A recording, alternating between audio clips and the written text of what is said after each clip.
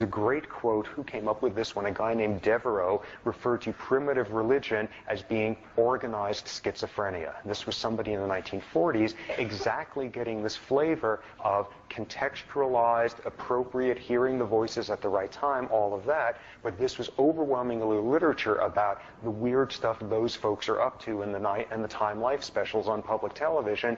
And what the critical transition is it's not just about them.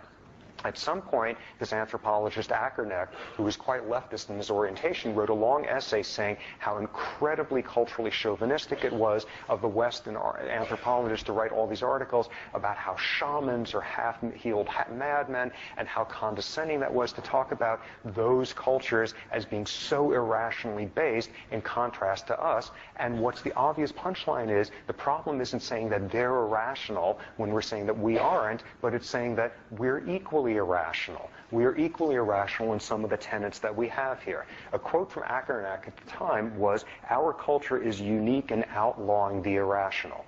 Let me give you some recent statistics from a survey. What's the name of the survey? The Maine National Survey people. Who? Yes, Gallup poll, that guy. The Gallup poll, a recent Gallup poll survey, I don't know about you guys, but these numbers astonished me. 25% of Americans say they believe in ghosts. 36% believe in mental telepathy. 47% believe in UFOs, and more than 50% of Americans believe in the devil and a belief that the devil influences daily activities. These are people who can vote. These are people who can serve on juries. These are people who can operate motor vehicles. These are people making decisions about medical interventions. I, for one, in this outpost of not terribly extreme irrationality in this corner of the country, am astonished. We live in a world that is highly irrational. And the punchline of this is not simply about non-Western traditional human societies. The exact same thread of schizotypalism runs throughout all of the belief systems of human societies, including Western ones. We are permeated by irrationality. Now, some of the versions of it that we have in the West are utter nonsense ones that have just been like invented out of thin air in recent years, which is kind of like fast food for these sort of nouveau, sort of medieval peasants in their hot tubs up in Marin. This is the world of crystals and channeling and things of that sort. But some of the versions of our westernized irrationality go back millennia and organize some of our most cherished values. The same irrationality and the same valuing of those who invent the appropriate versions of the irrationality runs throughout the West. Okay, just to show you that I am not being overly hostile, or will try to pull in my own sort of tradition that I was raised in, it is not normally considered a sign of robust mental health to hear voices coming out of burning bushes. This is considered a worrisome sign. This is considered diagnostic. It is not a good thing to be reporting that you just spent the night wrestling an angel. It is usually a very disturbing sign if you were reporting you've had a conversation with someone who is dead and has risen from the grave. These are diagnosable problems in our secular Western realm. These are the backbones of our belief systems, we in the West as well as we humans in non-Westernized settings. Schizotypalism runs through all of human history. What you wind up having then is this obvious question, who invented this stuff? Who came up with the notion that the world was invented in 7 days, or snakes with apples are up to something no good, or it's possible to give birth and you're still a virgin? These were not designed by committees. These were designed by extremely formative, extremely influential schizotypals throughout history. Yeah?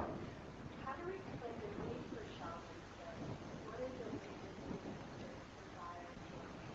for Okay, why do we need this? Why do we value this? Okay, we'll come to this probably in about 2 days, but this is tapping into all of the, why do we search for some fairly unlikely answers to the big questions that plague all of us? We'll come to this in 2 days. But, this is getting at the core of some of the basic questions here. Okay, let me push on here. What you wind up seeing with this is that this is on a continuum, and who invented this stuff? And you look throughout the history of religious leaders, those who have invented some of the theology, and we will come to different variants of religious leaders shortly, as you see those who invented the theology, that there is very often a thread of metamagic metamagical thinking that goes through this. And this is metamagical thinking of a type that falls readily into the spectrum of schizotypalism. Now, one of the themes we've endlessly come back to in this class is appropriate context, and this is a perfect realm to see this, because what we wind up getting is you got to get it just right. If you hear voices, it's got to be during the ceremony. If you're speaking in tongues, it can't be in the middle of the silent part of the hunt. You don't want to have too many of them. Thank God we've got this shaman, but not two of them around here. You've got to get the context right. And what we've seen throughout human history, and Western history as well, is get it wrong, and we have names for these things. Get it wrong, and these are abortive religious fringe groups. These are cults, and you look at some versions of this in our own recent time. You look at David Koresh in Waco. You look at someone like Jim Jones in Jonestown. You look at someone like Charles Manson, and these are people who were highly metamagical in their thinking, highly charismatic, but hit a wall at the point where we still classify them as cults.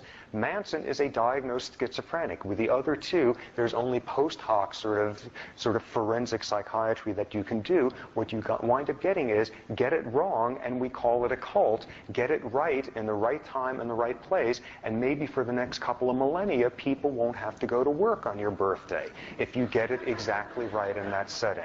So what I think we see here is a setting here for making sense, the exact same traits in a different context, to use Kroeber's words, in a cultural context that is not sanctioned. The exact same traits count as psychiatrically suspect these days. What this is about is not only, if you get it in the right context, is it okay, it is highly honored, tapping into the question that came in before, that all human societies have a strong need for a certain degree of these folks around. You need to get the ratios right. Okay, picking up on this theme, a transition to a next point. In a sense, this is talking about sort of the structural steel of religious belief. What are the basic beliefs you have? There's no God but one. He is Allah. Whatever versions of the central formats you have. There is a Trinity. I am who I am. Any of these variants, these are sort of the building blocks, the structural steel of religion. But what religion is often also about is lots of other things. We have a very modern, very westernized view of religion these days. What religion is often about is the social community that it brings you. What religion is often about is the motivation for good works. Throughout most of history, what religion is about in one very orthodox variant is the carrying out of rituals, the daily performance of ritualistic behaviors in the context of religion. And this transitions us to the next subject in here. And this whole notion of ritualism as a backbone of religion, wonderful quote to that effect. Henry Ward Beecher, father of Harriet Beecher Stowe, famous Protestant preacher in New England, I think the 1830s or so, had this quote at the time, religion is daily bread. Religion is not just cake on Sunday. The notion that religion is about is the small acts. God is in the detail. Religion is in the small acts of the daily rituals, now beginning to look not at the large theological notions. Our religion believes there are multiple gods, there are virgin births, that God can speak through a burning bush, but instead religion as the daily practices of ritual. Now, what is interesting about this? What comes through with this is another theme, another subtype of a very mild version of a psychiatric disorder, which once again works spectacularly when you get it just right, not now with the metamagical big theology building blocks of religion, but the daily bits and pieces of ritualism. And this brings in another psychiatric disorder.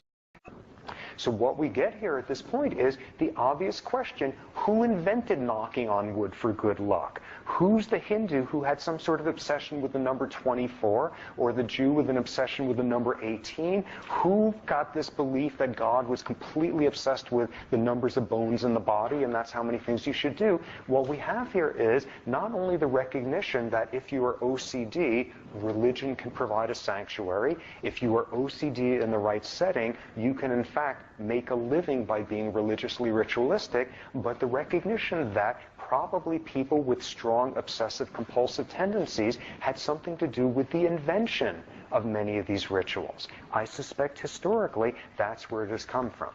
So that brings up the issue that was brought up before.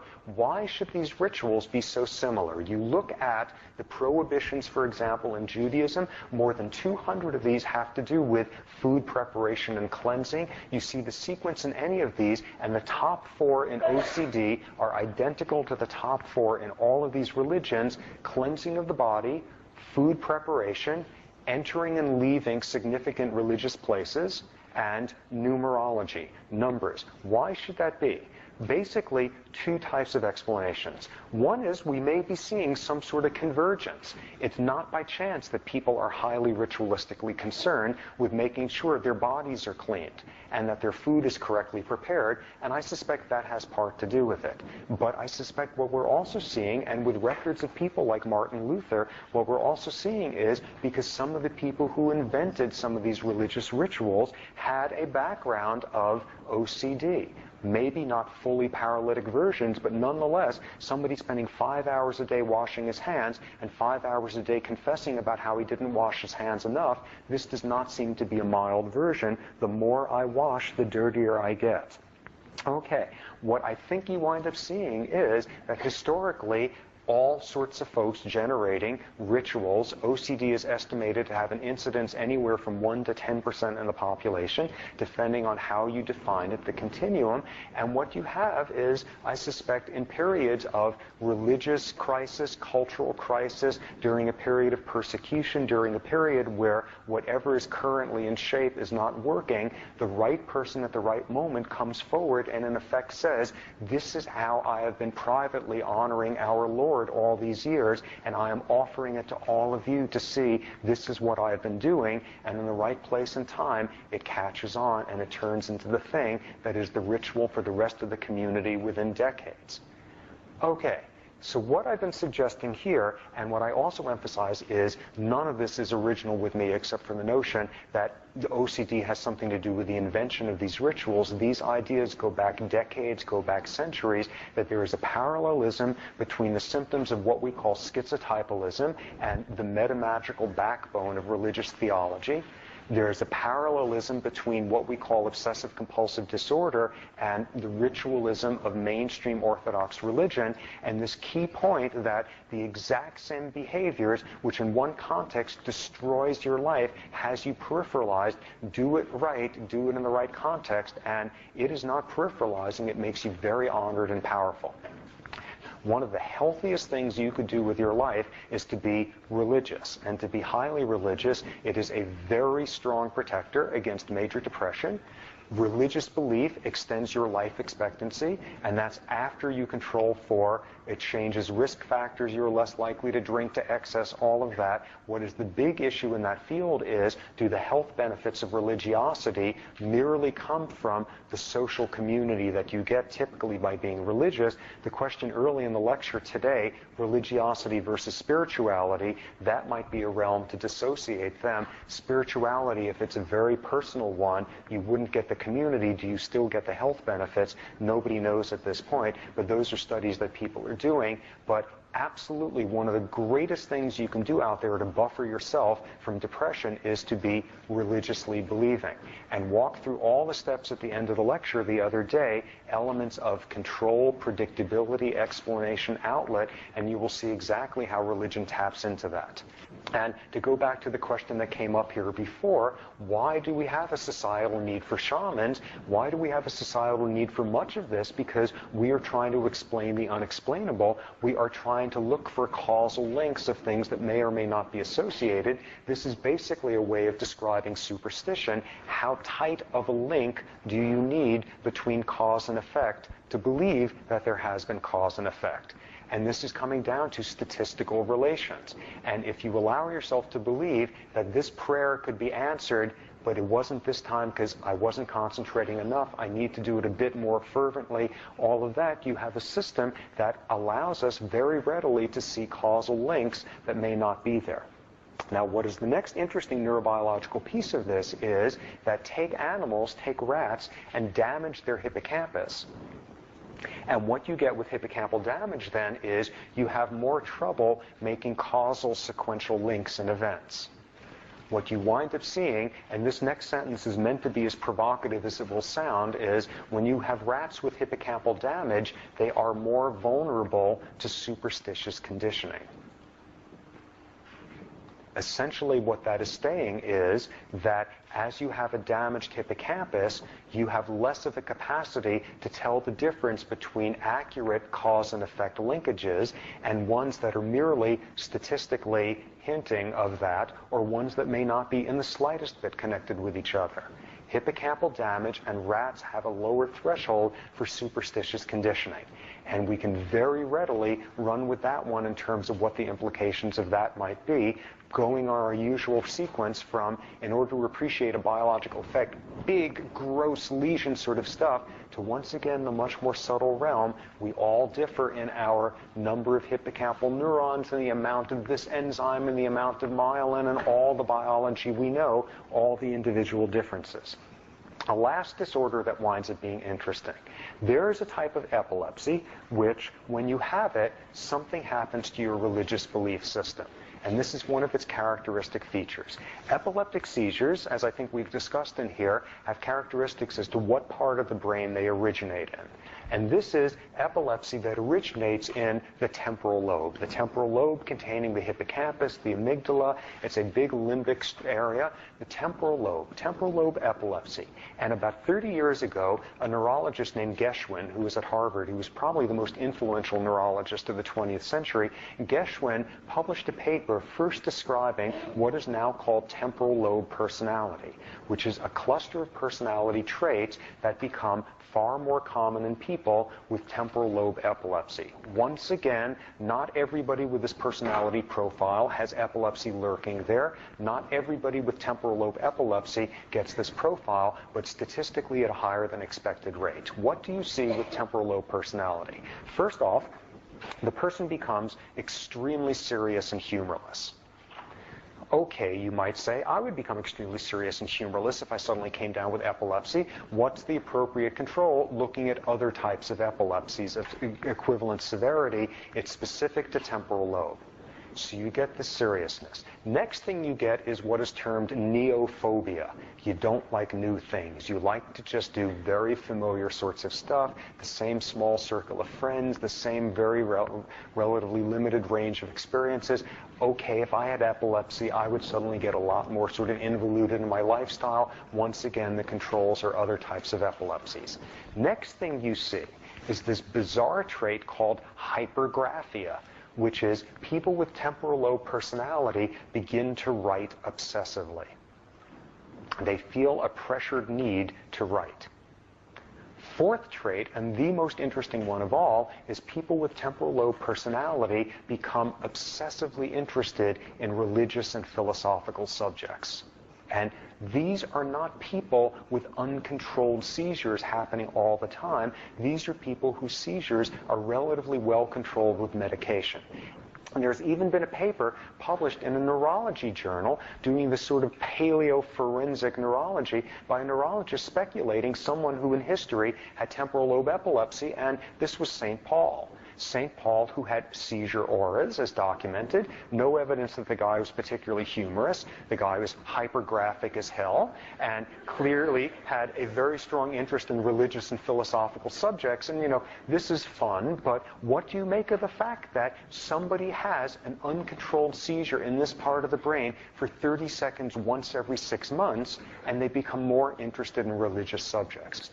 What I'm saying is, it is absolutely fascinating that the same exact traits, which in a secular context are life-destroying, separate you from a community, and in the right setting are at the very core of what is protected, what is sanctioned, what is rewarded, what is valued in religious settings so often, and that there could be an underlying biology